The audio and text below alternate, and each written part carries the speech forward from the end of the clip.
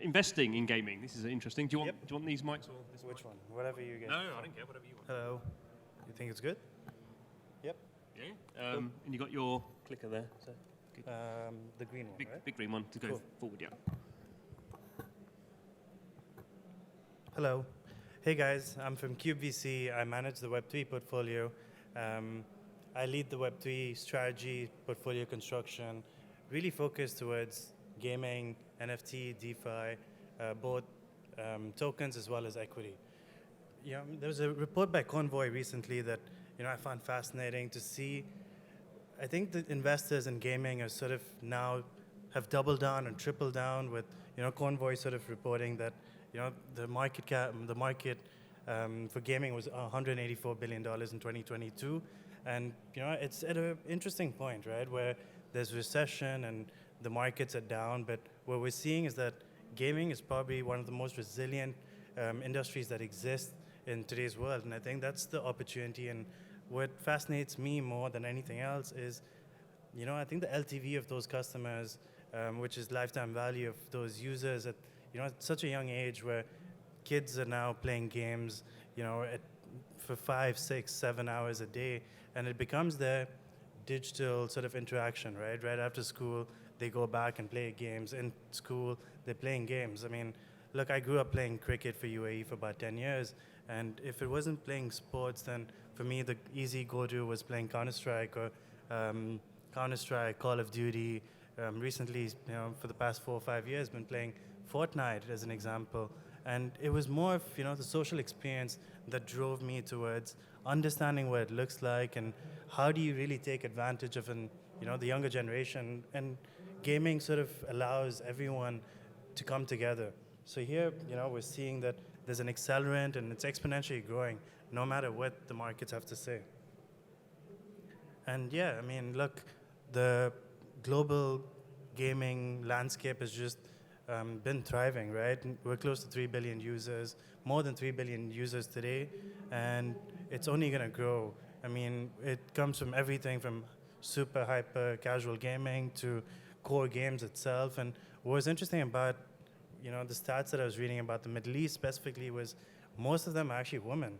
I think if I'm not mistaken, it's 35% of people in Saudi are women that are playing the games. And to me, that's fascinating. It's something that, we haven't seen before.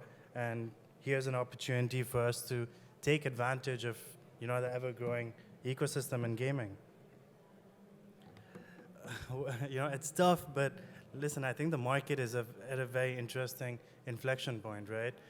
Even though we're seeing early stage, I guess it's necessity is the mother of innovation in these cases where, gaming at the very earliest stages, there's money being deployed left, right, center into, finding product market fit. And unlike, venture investing is tough anyway, but gaming makes it tenfold harder, I guess, because you really have to pick winners, and it's far in between that you're going to find an outright winner. I think you have to back the teams that really, are fascinating with innovative ideas, right? We saw something called Axie Infinity back in 2016, 2017 that, they started off something called play to earn. In 2017, 2018, no one really cared about blockchain gaming, but the innovation being at the forefront of, using the blockchain technology to see if there was a market was fascinating. And look, they've gone through a hard time, but I don't think there's a better team than Sky Mavis to go and figure things out, to go and build the foundation like they've done, right? I don't know if you guys saw the latest news, but Axie is being integrated into the App Store, which to me is fascinating. I think it's a testament to what those guys have built and being resilient in an ecosystem where the upside is so much more, and creating the foundation, not being afraid to take the risk, and finding ambitious founders, I think, is the most challenging aspect, right?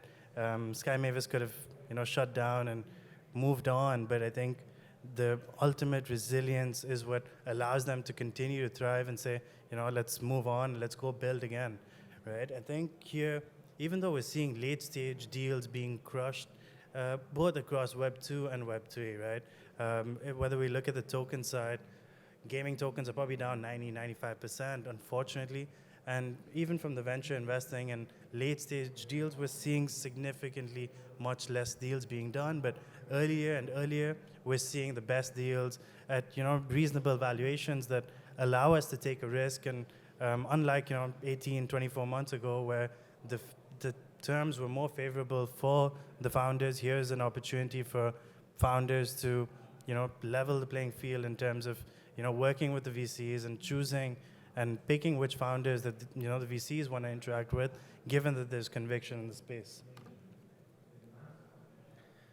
I'm going to go take an example of something in gaming that has been a big, almost like a issue for me, right? Something like where FIFA, where I spent thousands and thousands of dollars playing Ultimate Team, year in, year out. At the beginning of August, we end up buying FIFA, whichever edition. Fast forward 9 months, 10 months, the worth is zero, right? In the sense that the assets that we've bought are basically zero today. And 2021, let's take the example of last year. The game of FIFA 22 came out, FIFA 23 came out, right? We spent thousands and thousands of dollars. What ended up happening was, come August now, those assets are worth zero. If there was a way in which digital ownership across games can become collectibles, I think it's a fascinating space. And I think, look, the bigger folks in the industry are not going to just jump in, because I think it's integral to their brands, and understanding how do you really take advantage of ever-moving technology at the pace in which it's being innovative is very tricky, right? I see a world where FIFA Ultimate Team and the NBA and all of these guys come together, where the assets live on chain, where the game doesn't have to live on chain. Just specifically to the example of FIFA and NBA. Here lies an opportunity for these guys to make the NFTs become collectibles. With me having a Ronaldo card of 99 is extremely valuable, and by the time the game, the new game comes out, that's worth zero. And I wish that gets changed, and I have no doubt that it gets changed in the short time. I think the ownership aspect of it is extremely fascinating, and no one's done it well yet, but I think we'll see a huge change towards it. And the other aspect of it is community, right? More than anything else, more than any other time in the world, here's an opportunity for you to really build community. We learned a lot of mistakes that we did in the past 3 years, which was maybe doing the ICOs, IDOs was too early, raising capital too early through the community. And I think as long as you're not hurting the community and working with the community to build something meaningful, there lies the biggest opportunity. Even though there's high barriers of entry, there's such a unique position at time where everyone within the gaming sector has to come together, bring the best solutions, whatever happens. There is such a unique opportunity to be at the intersection of gaming and blockchain. And look, ultimately, if there is less than 100 million, less than 1 billion users in 3 to 4 or 5 years, we've actually failed as an industry in gaming specifically.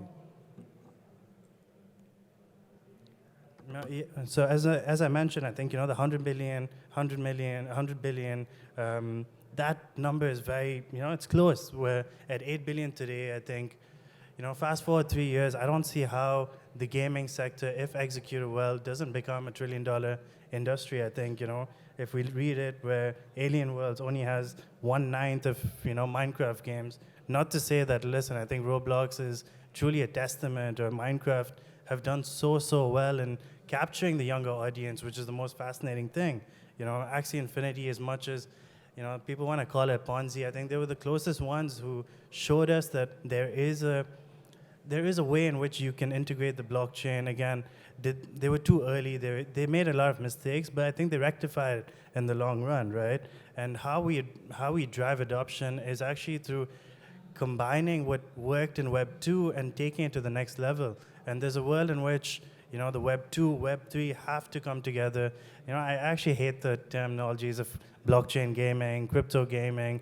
I think it's just gaming as a whole that is so fascinating as individuals, as team players, as everything. Is gaming essentially has to be the bridge in which you're able to communicate, right? And today, from the stats that we see and the numbers that we end up seeing, what we see is that a lot of it is actually speculative, right? It's not true gamers, but it's going to change one way or the other.